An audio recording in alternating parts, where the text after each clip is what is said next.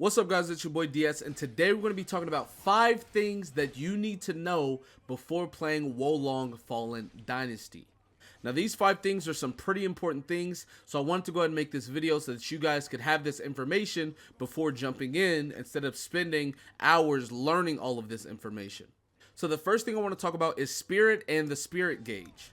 Your spirit is basically your stamina and your mana.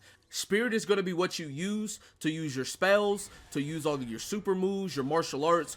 Almost everything you do in this game will be used by your spirit. Now let's go ahead and talk about the things that give you spirit. You gain spirit by attacking with normal attacks or deflecting attacks successfully. These two things are almost the only way you can gain spirit back, so you will have to make sure you master them. Now, looking at the things that bring your spirit down, you lose spirit when you take damage, when you dodge, when you deflect unsuccessfully, when you block attacks, when you use martial arts, or when you use spells. Now, as you guys can see, there are a lot of ways to lose spirit, but there's not that many ways to gain spirit. So you'll have to make sure you learn how to manage your spirit between your attacks, your spells, your martial arts, and everything else so that you're always gaining spirit and not losing it. Now also, if you wait for a bit, your spirit will gradually go back down to 0. Now when a player or an enemy maxes out the left side of their spirit gauge and they take a hit, they will get staggered. And after getting staggered, they can be hit with a fatal strike. This is the really big strike that you do to bosses that dishes out tons of damage. Whenever you're fighting bosses, the best thing for you to do is to get their spirit gauge maxed out so you can hit them with a fatal strike, because that is going to be how you dish out the most amount of damage to them. Now that we're done talking about spirit, I do want to get into the 5 virtues, or the 5 different elements in the game. Now these 5 virtues are going to be the things that you level up to make your character stronger, and depending on which one you level up, there's different bonuses that you will get. Looking at the first virtue, the wood virtue, this is going to increase your HP and it's going to reduce the amount of spirit lost when you're attacked. Now whenever you level up virtues, all of them increase your HP. But if you level up the wood virtue, it's going to almost double the amount of HP that you get increased when you level it up. On top of the HP increase, and on top of the fact that you lose less spirit when you're attacked, it also increases your spell duration.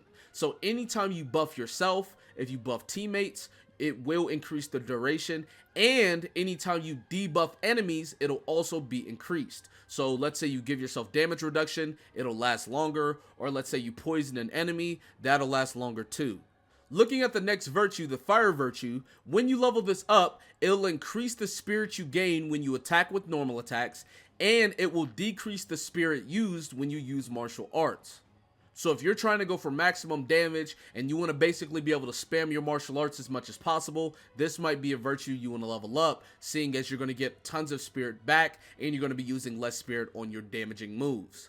Moving on to the earth virtue, this virtue is going to increase your maximum weight limit. If you guys don't know, whenever you put gear on, each gear piece has weight, and depending on what gear pieces you have on, you have a lot of weight or a little bit. Well, if your weight is too much or too heavy, your character will start moving slower. Instead of dodging, they'll roll, they won't be able to parry, and a bunch of other things that you don't want to happen. So if you guys see yourself having this problem, you can increase your weight limit, but on top of that, it also increases the amount of spirit gained when deflecting attacks. So if you see yourself deflecting a lot and you want to get more spirit out of it, this may be something you want to level up. Now, the metal virtue is the next one I want to talk about, and what this does is, number 1, it increases your spirit sustainability, and what that is, if you guys see, the spirit bar has the left side and the right side. The left side is the negative side, and the right side is the positive side. You don't want your spirit gauge to max out on the left side, because if that happens, that's when you get staggered. Well, on the right side, which is the blue side, the higher your spirit, the more spells or martial arts you'll be able to use without going into the left side. So think of the right side as whenever it goes up, you're overflowing your spirit gauge, meaning that this is just excess spirit that you can use without any penalty.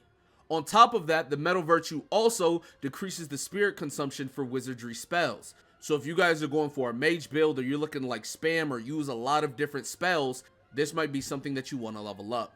Looking at the last virtue, the water virtue, this is going to increase your stealth. So anytime you're trying to sneak up on an enemy, get a stealth kill or anything like that, Upgrading your stealth is going to help with that, but on top of that, it decreases the spirit cost for deflecting attacks. Now, whenever you try to deflect an attack, it uses spirit. Now, if the deflect is successful, you'll gain spirit. So this is only going to really matter if you're missing a lot of deflects, but if you guys feel like you are missing a lot of deflects, this may help you out because you'll use less spirit. Now, before you guys start panicking and thinking about, oh, well, what should I upgrade? I don't really know what to upgrade. You can respec your points as much as you want. In this game, they actually allow you to respec your character as many times as you want, whenever you want. Now, you have to unlock this feature, but it's unlocked relatively early. All you have to do is beat the first main battlefield of part 3. After you do that, there's going to be this old man that you go to, and once you go to him, all you got to do is talk to him real quick, and he will allow you to respec your points. You can do it as many times as you want. You can do it whenever you want. And that way, you guys can try out new builds. Say you want to go for a mage build, you can, go into metal. Say you want to do a full damage build, you can go into fire. It allows you to try out any build that you want, and then if you don't like your build, you can reset it and put it into other things. Now, on the topic of this old man, you can also change your appearance as much as you want whenever you want also.